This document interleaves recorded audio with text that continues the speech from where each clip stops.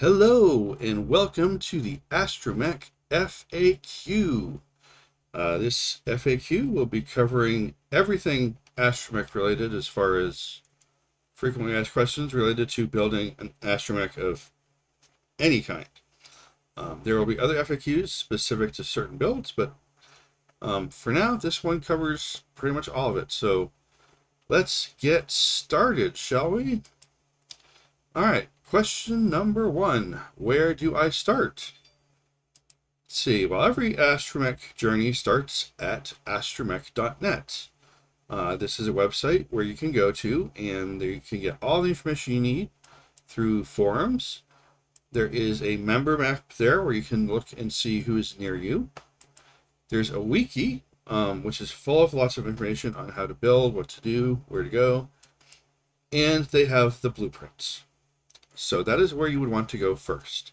Also, in relation to this, something that we need to discuss is something called intellectual property and copyrights. We are talking about building R2-D2 or Astromech, which is basically belongs to George Lucas Films, or Lucasfilms rather, and Disney.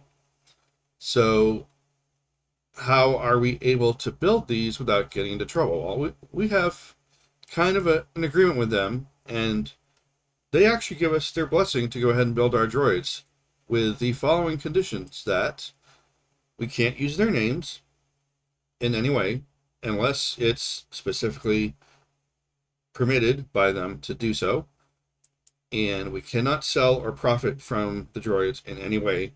So you can't build your R2-D2 and then sell it to somebody for profit. You can't charge an event for being there for profit. However, you can go to charity events or go to events where you can be there as long as you're not making money off of R2-D2 to be there. So that is allowed. And that would be the very first place to start. Go through the build logs there, see what other people are doing. You can ask questions there as well. It is the resource to go to. So that is where you would start. Question 2, how much does it cost? Well, the cost actually sort of relates to what it's made out of. For instance, if you want to make it out of styrene, it's not going to cost that much. 3D printed is also an option, and that might cost a little bit more. Wood used to be good in between because it was not only cost effective, it wasn't horribly expensive, but it was stronger and more sturdy than some of the other builds. However, the price of wood has gone up lately, and you can also make it out of aluminum, which is going to be very expensive.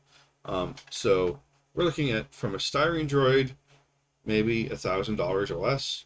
A full aluminum droid, I've heard of people putting in more than $10,000 into them.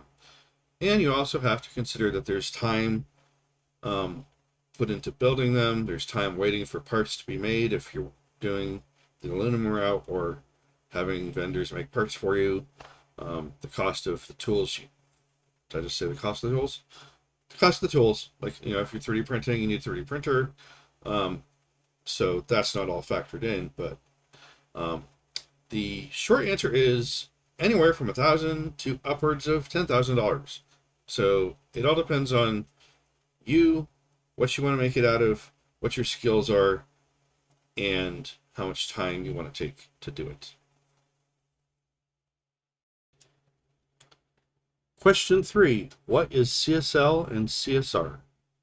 Well, CSL and CSR have everything to do with the blueprints. Back in the day, when things were still Yahoo Group, there were a bunch of guys that got together and everybody wanted to make R2-D2, and they all contributed by getting screenshots and measurements and as much as they could to come up with an official set of measurements for the droids. And that would have been what we now know as CSL, which is the Club Specs Legacy. Later on, somebody had gotten their hands on the blueprints, and they were actually in the vicinity of actually screen-used droids. And when they got there, they took every single possible measurement they could think of.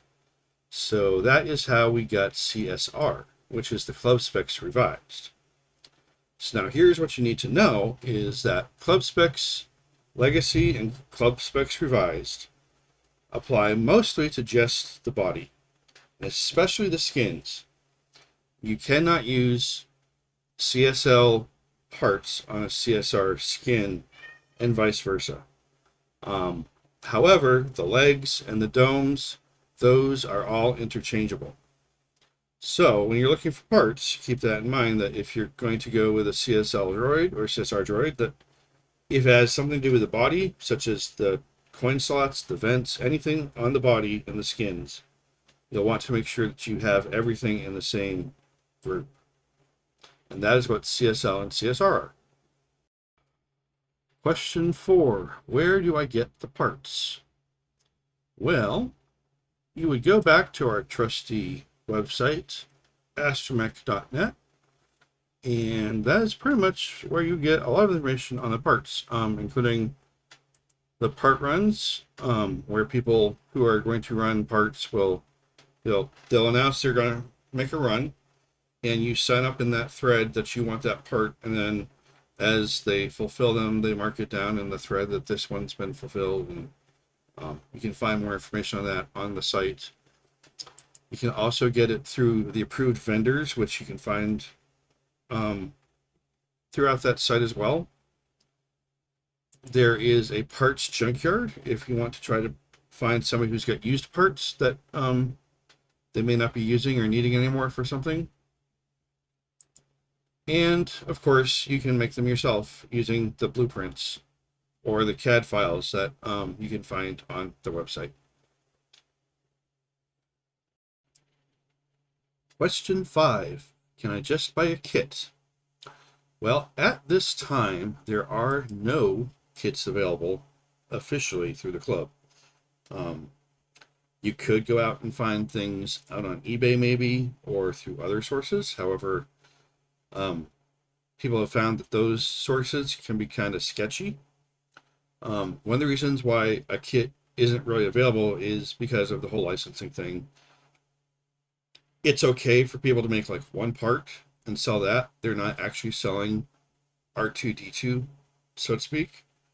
However, if you were to build a whole kit, you'd be basically selling an entire droid, and of course, you're not allowed to make any money off of this.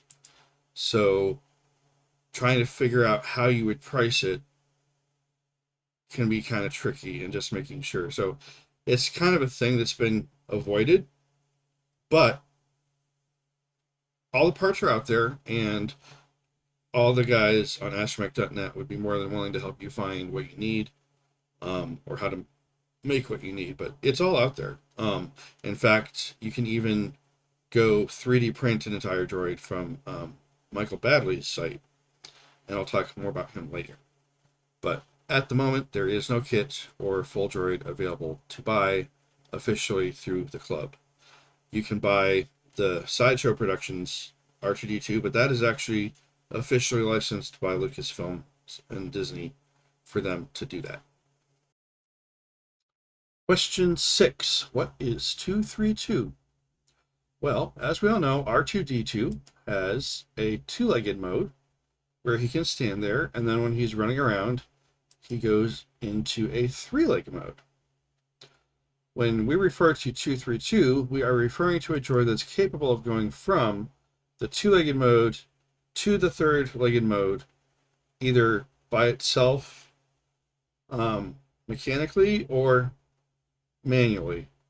And when a droid is capable of doing that, that is what we refer to as 232.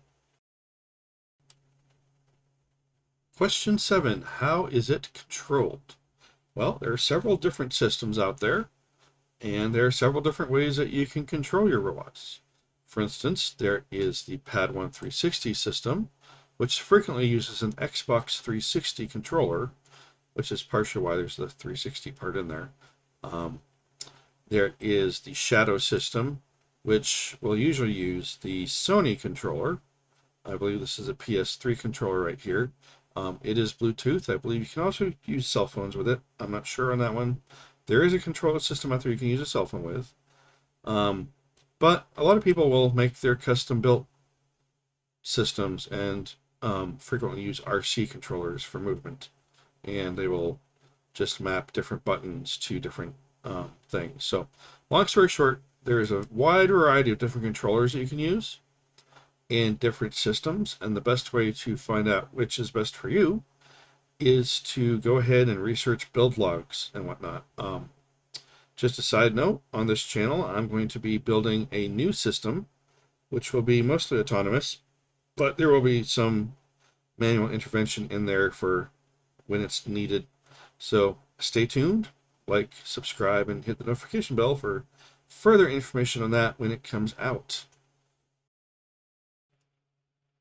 Question 8. What drive systems or motors should I use? Well, that's all a matter of preference. There's a whole bunch of different drive systems out there. You just have to look at them and see what fits your needs the best. Some people use scooter motors. Other people will use hub motors that directly drive. And there are actually some static droids that don't have a drive system at all. So again, it's basically a builder's preference, and you just have to research and see what is right. Question 9. What batteries does it use? Well, people have used sealed acid batteries. They're heavier, but they're sealed acid, and they're usually the safest. Lithium ion has been an option. People have used LiPo batteries, and some people even have used batteries for power tools. What you want to make sure you figure out before you decide on a battery is your drive system, because what your motors take will probably dictate what voltage you need, which is usually going to be either 12 volts or more or 24 volts or more. And you'll also want to look at the battery's life and make sure you have enough amp hours to sustain your droid for whatever its function is going to be. And finally, the last question, question number 10. But why? Why build these in the first place? What are you getting out of it? Well, for a lot of people, it's because they wanted to have a R2-D2 since they were a kid. It's going to vary for every person you ask this question to, but some of my favorite answers are going to be, why not? It's fun, and just because. That's it for the Astromech FAQ. Thanks for hanging out this long with me, and if you enjoyed it, please like and subscribe to be notified for the next one. And I will see you in the next one, and until then, design, build, repeat.